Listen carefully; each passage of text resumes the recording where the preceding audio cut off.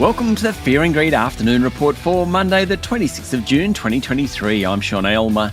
Every afternoon, we've got the 5 stories that happened today that you need to know about. Story number 1, the S&P ASX 200 closed down 0.3% today to 7,079 points.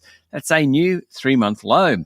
There weren't many big falls, just many falls. All the big banks were lower, with National Australia Bank worst of the lot, down more than 1%.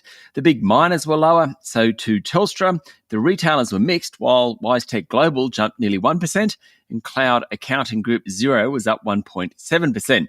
It was a bad day for the coal miners, the Star Entertainment Group, and Qantas. The best performer was Metcash. More on that shortly. Gold stocks also rallied, reflecting fears about the global political outlook. Market leader Newcrest Mining closed up more than 1%, and Northern Star Resources was up close to 2%. Story number 2, Metcash has defied the trend of bad news from retailers, announcing record annual sales and earnings. Metcash supplies 4,000 retailers in the IGA and Foodland networks, as well as Mitre 10 hardware stores and bottle shops Celebrations, IGA Liquor and Bottle-O. Not only did sales grow in the year to the end of April, but also in the 7 weeks since, and that sent Metcash's share price up 4.5% today. Food sales were much higher, in part thanks to inflation, though Chief Executive Doug Jones says this year there's been a shift in shopping to more budget-conscious products, and he called out the tax burden in Victoria in particular. The best performer of the group, though, that's of the Metcash group, was Total Tools. That's a business. Its sales are up 60%.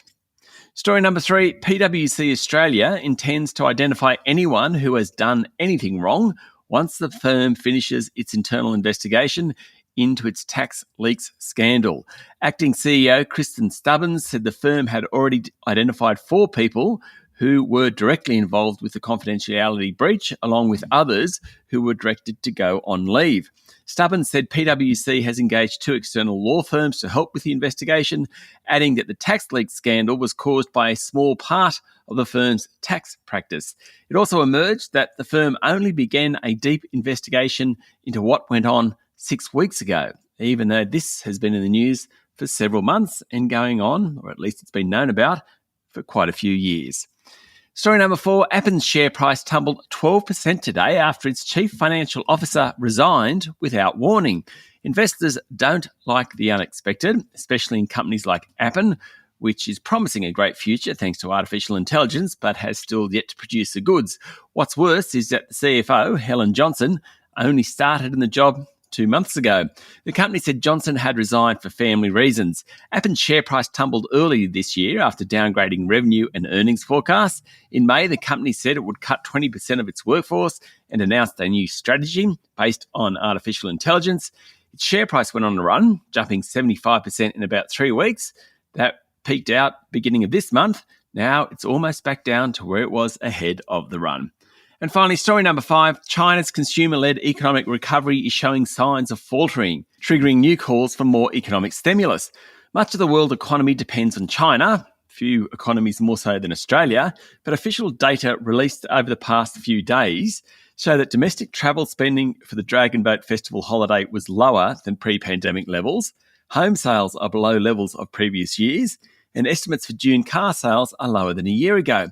The rebound in consumption after China dropped its COVID controls has propelled growth so far this year, but alas, confidence is weak and evidence is mounting that the economy may need more help, according to Bloomberg. After the central bank cut policy rates earlier this month, economists raised their expectations for more monetary and fiscal stimulus, and state-run media outlets have also published a series of articles in recent days highlighting possible avenues of support, but they're yet to arrive. That's it for the afternoon report for Monday, the 26th of June, 2023. Don't forget to hit follow on the podcast and find Fear and Greed on LinkedIn, Instagram, Twitter, and Facebook. Join Michael Thompson and I tomorrow morning for the Fast 5 by Fear and Greed, the top 5 business stories you need to know in just 5 minutes. I'm Sean Aylmer. Enjoy your evening.